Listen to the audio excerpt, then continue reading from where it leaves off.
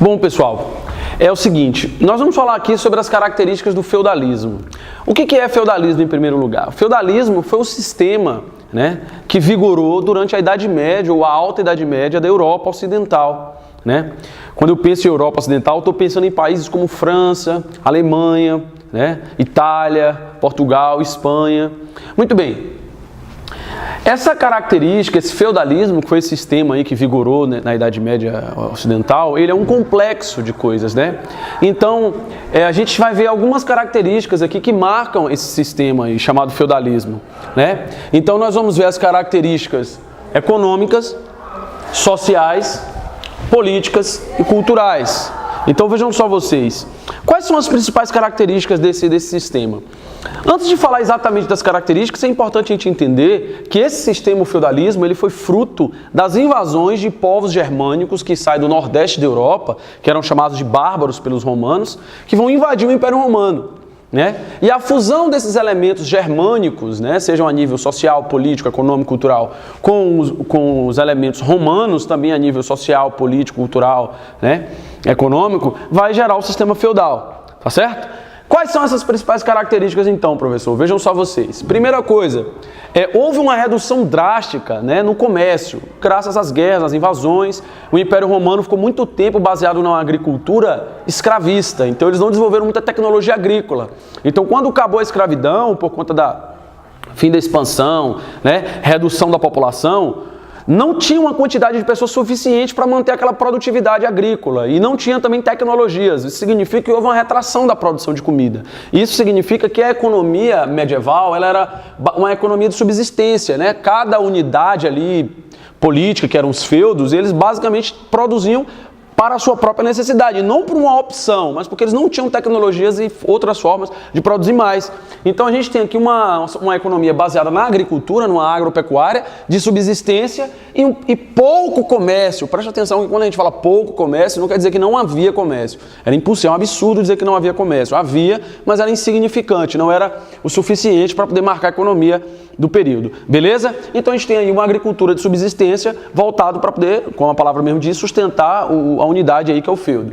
O que mais? Como era a sociedade feudal? A sociedade feudal, ela era uma sociedade estratificada, fortemente, ela é organizada de uma maneira, foi dada dessa maneira graças aos fatores práticos e reais, né, de invasão dessa elite de bárbaros, esses guerreiros germânicos, eles vão se instaurar como uma elite fundiária lá, né? Eles são donos, entre aspas, não é uma propriedade privada como nós conhecemos hoje, mas eles detêm o direito de exploração da terra e do trabalho camponês. Tá? Essa sociedade ela é estratificada, ela é dividida.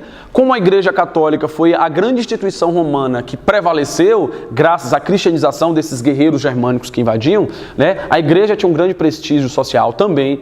Então essa sociedade basicamente ela estava organizada da seguinte forma, né? No topo da sociedade nós temos o clero, que seria assim, digamos assim, os intelectuais, eram as pessoas que conduziam a cultura medieval, né? A nobreza, que era exatamente essa elite, essas famílias de guerreiros que dominaram o Império Romano, né? Os senhores feudais, como a gente ouve nas expressões. E aqui eu coloquei os vilões, que eram aqueles grupos que viviam nas vilas. Não é vilão de vilania, tá? É vilão dos habitantes das vilas. Eles basicamente se dedicavam ao artesanato, né? Nas corporações de ofício e ao comércio, né? Para o parco comércio que tinha. E nós tínhamos também os servos, que eram os indivíduos presos à terra, né? No caso dos feudos aí, eles não podiam sair de um feudo para outro, mas eles também tinham o direito de viver aquelas terras e eles eram quem produzia a riqueza agrícola propriamente dita. Esses servos e esses vilões, eles sustentavam a sociedade, por assim dizer, do ponto de vista material. Então era uma sociedade estratificada, né? Você não pode se tornar nobre. A nobreza era uma condição herdada hereditariamente, né? Então, um camponês era muito difícil ele mudar de extrato, ele virar um artesão, um comerciante, né? E o clero era a única possibilidade de ascensão social, né? Mas ainda assim, esse clero era dividido em alto clero e baixo clero. Você teria, então, um clero de origem aristocrática, nobre, e um clero de origem plebeia, por assim dizer, né? Então, essa sociedade. O vestibular gosta muito de cobrar assim: os que oram, os que guerreiam e os que trabalham. Eles botam lá em latim, né? Oratores, belatores, e laboratores, ou seja, os que rezam, os que guerreiam e os que trabalham. Muito bem. A próxima característica interessante para a gente ver, gente, é as características políticas do feudalismo. E quais são essas características políticas do feudalismo? Presta atenção. Nós temos aqui uma política descentralizada. É muito difícil para nós entendermos a característica política do feudalismo, porque nós somos homens que surgiu em nossa sociedade, uma sociedade oriunda da modernidade. Nós pensamos as unidades políticas enquanto países, enquanto Estado-nação. Isso não era assim na Idade Média, né? E no feudalismo, o que prevalecia, as unidades políticas que prevaleciam, era o que nós chamamos de feudos, né? E a autoridade jurídica, a autoridade política, era exatamente essas famílias aristocráticas. Os reis que existiam, eles não tinham um poder suficiente como teria um rei absolutista, moderno, ou um presidente da república contemporâneo. Esses reis, eles na verdade tinham pactos e relações de fidelidade com os outros nobres, né? E ele não tinha autoridade na jurisdição desses outros nobres, né? A autoridade do rei se limitava a seu próprio feudo e a alguns privilégios que ele tinha. Por exemplo, caso ele faça uma guerra ou seja atacado, ele tinha o direito de exigir a ajuda desses outros nobres militares, né? Do ponto de vista militar. Mas, por exemplo, o rei ele não tem direito de a sua lei ser aplicada num outro feudo, num outro lugar fora dos seus próprios domínios. Então o rei ele tem uma força muito mais tradicional, ele é muito mais um elo que liga todos aqueles nobres do que propriamente um poder de Estado, como a gente conhece hoje. Então nós temos um poder descentralizado.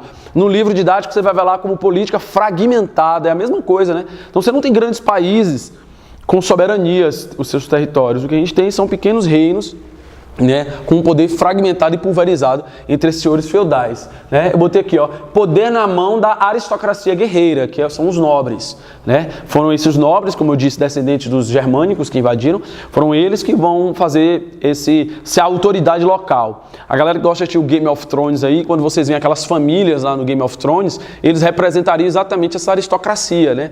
Então você tem os Stark, você tem os Targaryen e etc, etc, aquelas casas reais, aquelas casas aristocráticas representavam exatamente as famílias nobres. E como é que eles viraram nobres? Eles guerrearam. Um nobre conquista suas coisas na base da espada, né? Não é por compra, não é por comércio, não é por democracia, é por conta de guerra. Eles entendem que pelo fato de eles terem conquistado a um determinado momento, eles têm o direito de manter aquilo ali. Muito bem. A quarta e última característica do feudalismo que eu quero ressaltar para vocês, meus amigos, é a cultura. A gente tem uma cultura cristã católica. Eu estou botando cultura cristã católica para especificar, né? Não havia ocorrido ainda a reforma protestante. Então, na Europa Ocidental, ser cristão era sinônimo de você ser católico. Então, quando a gente pensa em cultura, a gente está pensando nos aspectos subjetivos daquela sociedade. Arte, filosofia, religião, né? Ciência. Né? E quando eu penso em arte, você também tem que tentar enxergar que são as representações. Então vai da poesia, vai da literatura em geral, vai da arquitetura, né? O imaginário, toda a produção estética, ela é teocêntrica, né? Claro que deveriam ter alguma coisa ou outra que não fosse necessariamente religiosa, mas o que prevalece na arte, né? A gente tem que ter esse senso de proporção, o que prevalece é uma arte sacra, uma arte que ela é voltada para a contemplação do divino. Eu gosto sempre de dizer que o homem medieval, o homem do feudalismo, ele é um homem verticalizado, né? Um homem que ele não está preocupado com o mundo físico, com essa natureza, né? Ele é um homem que as preocupações, ela é o homem-Deus. É a salvação da alma. Imaginem vocês, se você tivesse convicção, se você tivesse certeza que existe o céu e o inferno e um julgamento final. Qual era a sua grande preocupação? A preocupação do homem, então, feudal, é a salvação da alma. Então, toda a sua arte, observem aqui, ó, a arquitetura gótica, que é a arquitetura dos godos. Se você for lá os godos eram um dos povos germânicos que invadiu o Império Romano, né? A arquitetura gótica, se você observar, ela é aquelas catedrais medievais. Ela tem uma nave principal e ela é muito alta, como se ela estivesse puxando para o céu, exatamente te verticalizando, para incentivar essa interioridade, né? Que mais? No caso da filosofia, a gente vai ter duas grandes escolas filosóficas que surgem dentro da Igreja Católica, né? A patrística e a escolástica.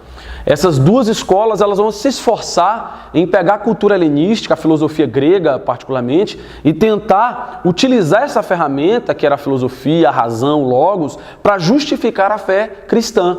Então nós temos dois grandes nomes aí, né? O Santo Agostinho, representante da patrística, que se influenciou muito pelo filósofo grego Platão, e nós temos o São Tomás de Aquino, que surge um pouco depois, é representante da escolástica e se baseou nas teorias de Aristóteles para tentar justificar cristianismo e filosofia. Então, quase todo o esforço filosófico da Idade Média é uma grande metafísica para poder justificar não só a existência de Deus, mas a fé cristã. Muito bem. Também no plano da ciência, a gente vai ter aí uma forte preocupação, né, em que as descobertas científicas não sejam distantes, né, das verdades religiosas e metafísicas, né? Muito bem. Essas são aí, gente, as características básicas do sistema feudal. Se você consegue compreender essas características básicas do sistema feudal, você vai entender o sistema mercantilista que vem depois, que de alguma forma é uma negação dessas características. Tá certo? Então fica a dica de hoje aí. Até mais. Um beijão, galera.